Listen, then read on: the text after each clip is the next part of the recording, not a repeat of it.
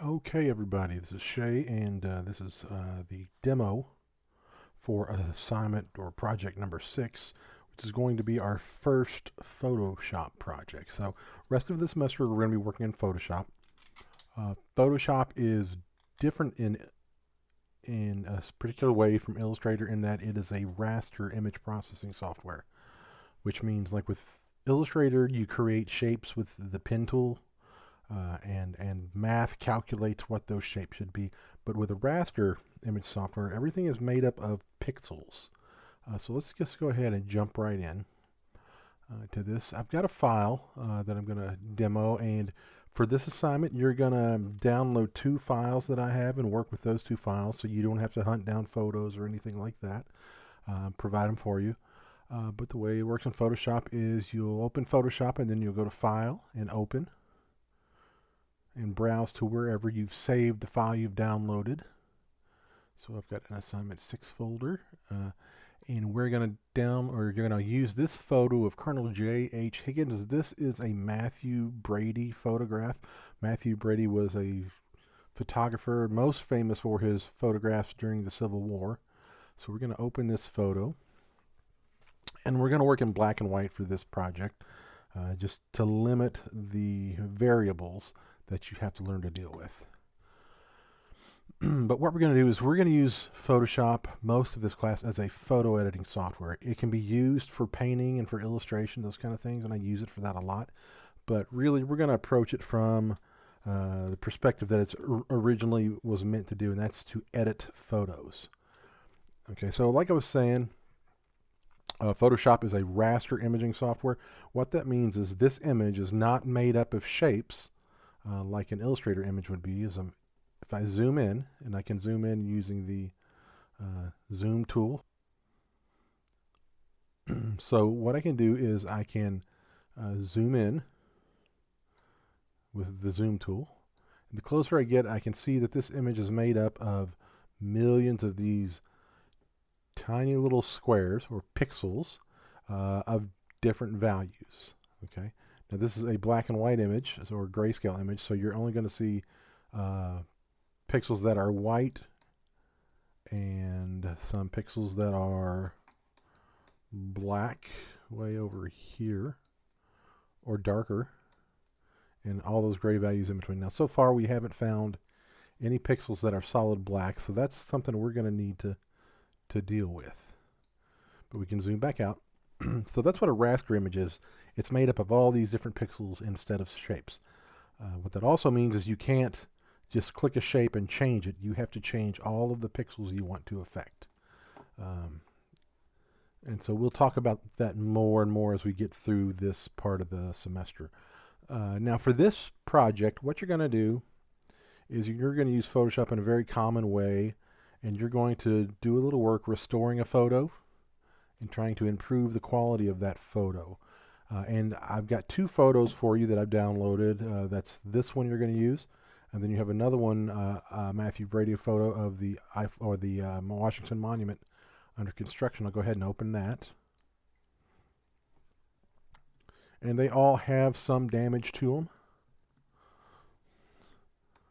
Like you can see all these dots in the sky. Those are not actual parts of the photo. We want to remove all this stuff and these scratches, things like that, these edges.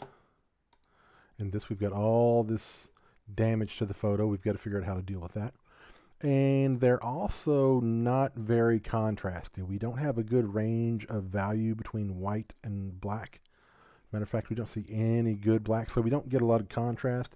And contrast, that's something that could really make a photo stand out. A good photo would have good contrast, good lights and darks, and the range in between white and black. So we're going to use Photoshop to deal with that. So that'll be the first thing we'll jump into. Now I've opened the file in Photoshop. Something I want to check is that it's in its own layer. So if I go to Windows and go to Layers, I get a palette, and we have a layers menu, and when you open it up, you should see that you have one layer called background, and that will be the actual photo. Now what I like to do is when I'm working on a photo, I like to take this background and drag it down here to this little page with a plus icon, that gives me a copy of that background that I can work on. And that way I don't have to worry that I might be screwing up the original photo. I can always go back to the original photo if I need to. So make your copy of the background layer, and then you can turn off the view underneath. And you can just, with that highlighted, and you see if you click on these, they change to a gray, a light gray. That means that's the layer you're working on. So the first thing I want to do is I want to give this photo some more contrast. You can do that a number of ways in Photoshop. The first is under the image menu at the top, adjustments. Okay, these are all ways you can adjust the photo overall. And this first little grouping here are ways to adjust the contrast and the lightness and darkness of the image. The first is brightness and contrast. It lets you make the image brighter or darker. And the contrast slider lets you drag it to the right to give it more contrast, and to the left to give it less contrast. Now you can see as I'm doing it that changes are happening. That's because I have the preview button clicked. If I turn that off, I can do all the stuff in the world and nothing happens. So if you're seeing that, you're making adjustments and things aren't happening, click on the preview button. So I could go in and adjust the contrast and the brightness here and try to get a better range of values. All right, see, that's starting to look a little bit better, right? And if I click the preview, there's the before, and there's the after. So this feels like I've got a much better range of color. And I can keep adjusting this until I feel like I've got a good, solid range of values. So that's one way. That's the easiest way. You have the fewest options here, so that means it's the easiest way. You've got two sliders. You can go left and right on each. If I cancel that, I go back to the original, back to image, and go to levels. Okay, here what I see is what's called the histogram, and this shows us a visual representation of the darkest dark in the image and all the different gray values in between. So we get these peaks here where there's a heavy range of brighter images or brighter pixels, and a more even range of mid values in between. Now these three triangles represent black, the darkest black in the image. This white one here represents the whitest white in the image, and this here is your mid-tone values. So what I see is over here with the black, there's nothing above that, which means there are no pixels at all that are solid black. So if I know that I want my darkest area of the photo to have the darkest value, the black, I can kind of look at that and I can see, okay, here's this dark crack here in the image. I'll get my zoom tool, click over here. Oh, I got to cancel this out. If I get my zoom tool and blast it on in there, I can see there's this dark value here. This probably should be my solid black. So I'll go back to my adjustments, levels. And what I can do is I can click here, drag that to the right until it starts to line up here. And that will, once I hit this first little area of white, the histogram, somewhere on this image, black is truly 100% black. Okay, now look how much more detail that brings out in the image. Okay, and I'm using Command minus to zoom out. I'm holding down the space bar to get the hand so I can move this around and still have this box open. So now, again, if I toggle the preview, I can see just how much of a difference that's making. Okay, and all I've done so far is set my truest black. And I can drag this, and the further over I drag that, the more pixels become solid black. And then we start to see some weird stuff like up here, where we get these weird edges and we start to lose detail. So this is where you have to be really kind of discerning in the way you work with Photoshop. It's kind of dealing with a lot of just really minute details. Now I know I don't have a solid white in here yet.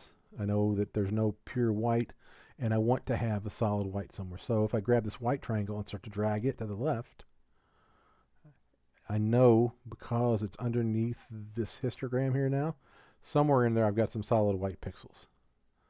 Okay, now the further I drag this, the more it starts to blast out. The more pixels become solid white. Okay. Okay, so I'm going to drag this till I know it's under the histogram there, and I know somewhere in there are some solid whites. And then the middle value, this is your 50% gray, your middle tone values. If I drag that left or drag that right, it adjusts all those values in between white and black. And so I'm looking for something that's got a good range of contrast. It's not washed out, and it feels like it's got a good range from black to white. That feels like a pretty good range of color. I'm getting detail in the face, or not color, but value. I'm getting detail in the face. I'm keeping detail in the glove. Command plus will zoom in. I've got all these details in here. And watch this. As I drag this, if I drag it too far, I lose detail in the coat, right? If I drag it too far to the left, I'm blasting out detail in these gloves. So you've got to kind of watch all these different areas. Like I'm picking up more values back in the buttons now. I've got more of the value and more of the detail in the gloves. So I'm just kind of trying to find the best overall range. And that looks pretty good to me. Okay, so I'll hit OK and apply that. So first thing I've done is I've dealt with the contrast of the image, and I've got something that looks much better now. If I hit Command Z on my keyboard, there it is before I adjusted the value. And then I can go back to Edit and Redo Levels. There it is after. So I can go to Command Z to undo, or up here, so this key command, you can just use that on a keyboard. That will go back and undo it. I can go to Image Mode, or actually Edit and Redo Levels, Shift Command Z on the keyboard. So Shift Command Z will go back. And that's just a good way to toggle between it and make sure you like what you've done. It's good to be able to see where you came from and where you are. So I'm going to say that that's where we're going to go, and that's good contrast. So I've now learned how to adjust the contrast and the brightness and pull out a better range of value from my images. It works the same way in a black and white image as it does in color. In a color image, you have even more options, and we'll get into that for the next assignment, where you'll be working on some color photos. But just the concept of how you can adjust that color value and pull out some more detail in your images just by adjusting brightness and contrast. That's something I wanted you to kind of really work with for this assignment. Okay, the next thing you want to do is try to get rid of some of these artifacts here. Now there's a lot of damage in here to this side of the photo that I don't expect you to go and totally remove. I want you to really think about this image and think about what's practical remove and maintain the integrity of the photograph and what's not, okay? Because sometimes there's damage that if you try to repair it, it alters the photo too much. But there's a lot of stuff in here that we can probably take care of, like this writing we can get rid of. That's not integral to what the photo is trying to do, these scratches. So let's try to get rid of some of that. So I'm going to zoom up, and that's Command plus on your keyboard.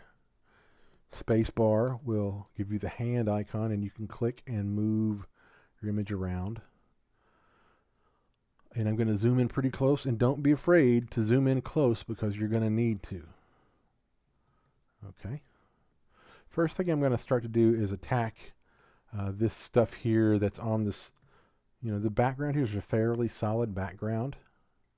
So let's see if we can't fix some of that stuff really quickly. Now in Photoshop, over on the left, you should see a toolbar running down the side. These are all of your different tools you can use in Photoshop. If you don't see that toolbar under the window menu, you can click, and somewhere you should see tools. There it is down here. If you turn that off, it's gone. If it's gone, go back and turn it on. Okay. Now Photoshop is unlike Illustrator in that you don't primarily work with vectors. You work with a brush that is meant to adjust pixels. So If I look over here on the side and click on this icon, that's our brush tool. Now, like Illustrator, you've got these little triangles. So if you click on those and they pop out, you have other tools in that category. Pencil tool, you probably don't ever really want to use that for what we're going to be doing early on. So stick with the brush tool. Make sure you've got that. Okay, and up at the top, you'll see this change to some different options. 19, that's the size of the brush. And in Photoshop, you can see this little circle that represents the size of the brush.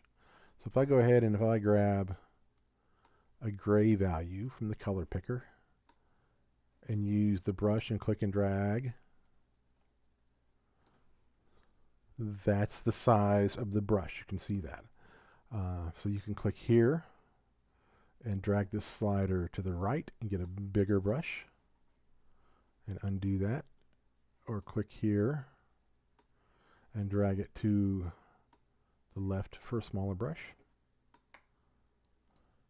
What you can also do is if your mouse has a left and right button, if you right click, it will automatically call open that palette and you can adjust it on the fly. Or if you don't have a right mouse button, you can control click the left mouse button and you get that. Okay. So the brush tool is how you change pixels to edit things. Okay. Now what I could do is, okay, this is this gray background. I could go in and try to repaint this color. So what I could do is I could zoom in, Z on the keyboard will give you your zoom tool. I could click and I could say, okay, I'm going to paint over this. So I could get the eyedropper tool, which is located right here. I can click on a surrounding color. That is now my brush color, which is shown in the front. This is like Illustrator, except this is the color here that's in the foreground is the color you're painting with. Get a brush tool and I could go in and paint over the top. The problem with that is it's really obvious that I've painted over the top of it. That color is going to match in some places, but most of the time it's not, and you're going to get this really hard edge that tells whoever's looking at this that you have gone in and changed this. We want this correction to be fairly natural. So there's a really good tool for that in Photoshop called the rubber stamp tool. It's right here. If I click on that, or the clone stamp tool, the way the clone stamp tool works is it will pick you'll pick an area of the image and select it, and then the clone stamp will repeat and grab that area and put it somewhere else. So the way this works is, let's say for whatever reason I wanted to copy this little dot here and put it somewhere else. If I get the stamp tool, hover over it and hold down the Option key, see the icon changes to a little target. If I click on that target and let go, now wherever I move the clone tool and start drawing, it's going to start copying from this area and go out. So I can move that here and drag and see how it's repeating some of that damage up there. Now you don't necessarily want to do that, but it's helpful to know that that's how this works. And you can undo that, Command Z. So what I want to do is I want to find a good area of the image that doesn't have a lot of damage. And it's in this color range. And use that as my cloning area. Okay, so there's some stuff in here. I'm going to Option click here to get that spot. And what I'm going to do is often, rather than clicking one time and dragging a bunch of stuff, where you start to repeat shapes, I like to Option click in different spots and break that up. So I'll go in and that just helps it not look as cloned. Okay, so we're starting to get a nice even texture over this.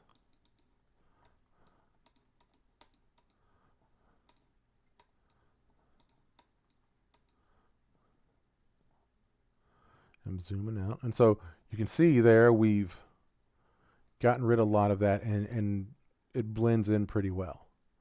And sometimes you can zoom out and work at a distance and see if you're really maintaining a good kind of unobtrusiveness to the way you're doing this. Like if you start to really see the correction, then it starts to become a problem. So you want to, again, be really diligent about taking your time and making good decisions as to what part of the images you pull from. Like if I'm going to go over this and try to clone that, I don't want to pull my source from down here where it's lighter, because then what happens is that looks really obvious. What I want to do instead is pull something from this general area.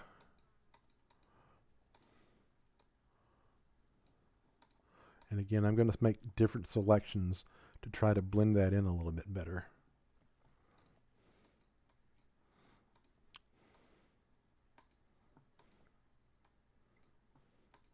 You'll see I clicked over here and grabbed that. I don't want that. So I can do that over and grab a new source for that. And this takes some time and takes some patience to really get good at this. Okay. Excuse me.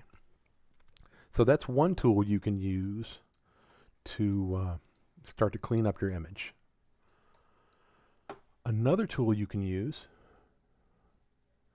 right down below, or actually right up above here, this little Band-Aid tool and the healing brush tool. It kind of does the same thing as the clone stamp without you having to define a source of where you're going to clone from. It looks around the brush and tries to intelligently decide what to fill that with. So if I click and drag over that, oops.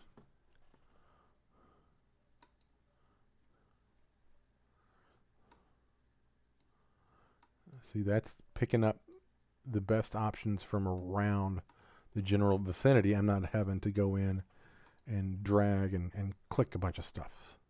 So I can kind of paint over stuff. Now again, I have to kind of be careful. It's not going to just automatically do it. But it will try to make its best guess as to where to pull that source from.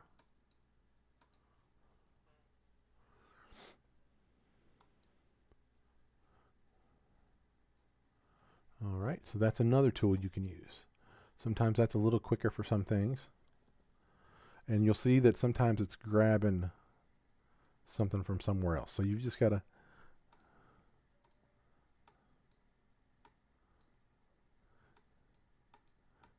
just kind of play around with this. So play around with this and try to get those tools down. And it's really about looking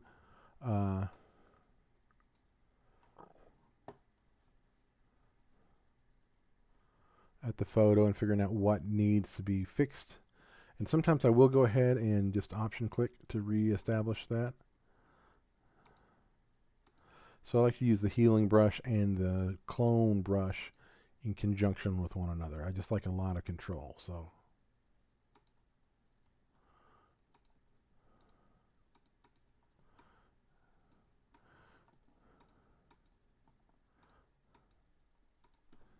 all right. So this is a fairly challenging photo. Okay. I'm not expecting you to make this a flawless photo.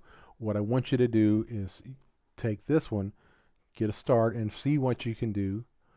See how you do taking out as much of this stuff as you possibly can, and see if you can get it as clean as possible without driving yourself crazy. This is kind of an exercise. So I want you to do that on this guy and submit to me your finished version. And the way you'll do that is when you're completed, you'll go to File, you'll go to Save As. I want you to save it. See, for me, it's saying save on your computer. You want to save it on your computer. Save it to your assignment file with your last name. And you can call it Project 6. And I want you to save it as a JPEG file. It'll give you some warnings here. That's okay. and hit save, and tell the quality to drag that to be a higher quality of 10 or above, and you change that here, and we'll talk more about that later too. Just the higher this number is, the better quality of the images. So we want a high quality image. Hit OK, and that will save your finished image to your folder. So take a shot at this picture and see what you can do. And again, you know, spend maybe an hour or so on it. I don't mind you setting a time limit and say, what can I do in an hour? And when you're done, and I know what you could do in an hour. So if you spend 10 minutes on it, I'll know you spent 10 minutes on it. So just, you know, time out an hour for this one and see what you can do in an hour and see what you can learn about restoring this photo. And then go to your Washington Monument photo. And I want you to do the same thing. Now it's really low contrast. We want to try to pull some more details out of that. So again, I would go to Image, Adjustments, or actually I would go to Layers, make a copy here, work on the copy, go to Image, Adjustments, and do Levels probably. I can see that I don't have any true black, so I'm going to drag that first thing and get some real black in there, and do the same for the white. Make sure I've got some true white area, and then I'm going to drag this slider in between. And what I'm looking at here, the most detail is going to be down here in this barn and these houses, right? And this is the bottom of the Washington Monument under construction.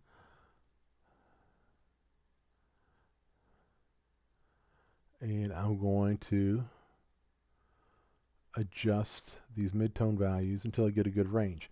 And what I'm looking at right here, there's a lot of detail in this area. What I'm trying not to do is darken it so much I lose all that. So that's where you've got to move around your photo and get used to really looking at things here. So I've done that. And let's go ahead and grab the healing brush. And I'm going to drag over that. Oops. Copy here.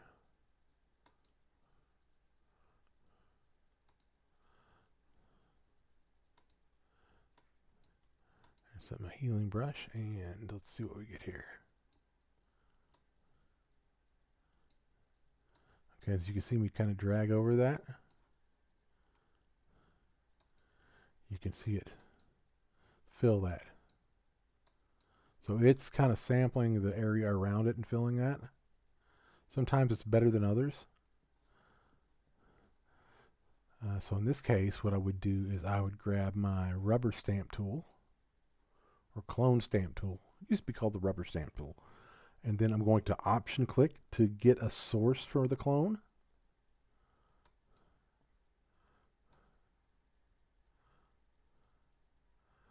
And pretty quickly I can fix that. And I'm going to click and grab different source areas so it doesn't become apparent that I'm cloning. Let's say if I start here, grab that as a source, and start here.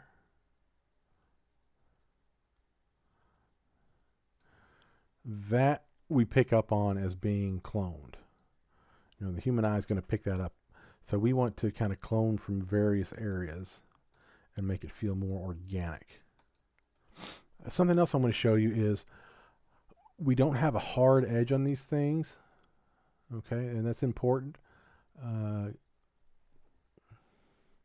Like let's say I'm going to clone up here. I'm going to grab this as my source.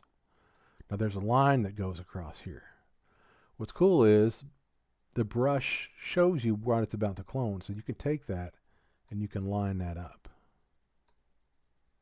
So you can connect that line in a way that looks natural, and it blends in pretty well. Now when I click on my brushes, down here you'll see different types of brushes. You've got brushes with a soft edge like this, and a brush with a very hard edge. And that's this hardness slider. If I pick a hard edge brush, what happens is, let's say I want to clone something out of here. I'm going to go here and set my clone area from this. And let's click. Well, we see that round circle of the brush there, right? So it's really obvious that we've cloned that. Okay, and we don't want that. So that's where using this softer brush here, and you can click here to get a hard or a soft brush, or you can drag this slider to increase the hardness of the brush, the hardness of the edge. So I like to keep that at a low number so I get a good soft edge, and things just kind of blend in more naturally that way.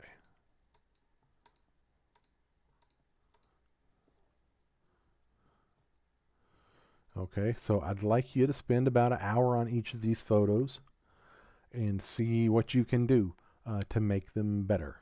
What this is going to do, this is going to let you get used to using the adjustment tools, these first two. You can experiment with these two. These give you even more control. But you can stick with these two right now and play around and see which gives you the better result. And then play around with brushes.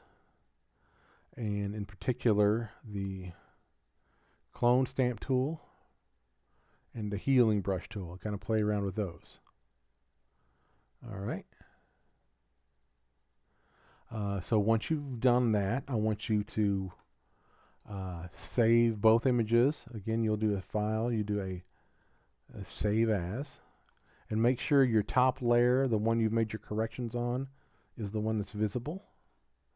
You'll do a file, you'll do a save as on your computer if you get prompted for that. In your assignment folder, your last name, Stanley, and this would be Project6_2 because it's the second image, and save it as a JPEG. Okay. So hopefully this is an exercise more than a project. It's to get you familiar with some of the very basic tools in Photoshop, and we're just going to build on these over the course of the next couple of assignments. We'll build, and by limiting it to grayscale, we kind of take out some of the potential problem areas. But I want you to kind of play around with the interface, get used to things. There are some other tricks and tools to doing repair work with Photoshop. You are free to Google those and just play around a little bit and see if you can find out how to use those. I don't want to throw them on you yet, but if you're feeling brave, you can find some more really good tools in Photoshop for photo restoration. There are plenty of tutorials for that.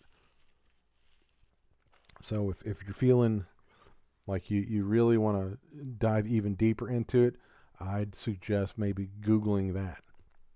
All right, but that's this week's assignment is work on both of these photos and see how much you can correct them and restore them. You know, basically your effort, you know, how much effort I see in your work will determine your grade. I want you to have a good shot at getting a good grade. So really, this is all just about fixing it and making it look good. And you put in the effort, you'll get a great grade on this assignment. If you have any questions, email me, let Andy know, and he can contact me. But I'll be happy to help. If you need further explanation, further demo, let me know, and I'll put a new demo on. Otherwise, that's your assignment for this week. These images will be in the week 9 section. All right. Have a good week, y'all.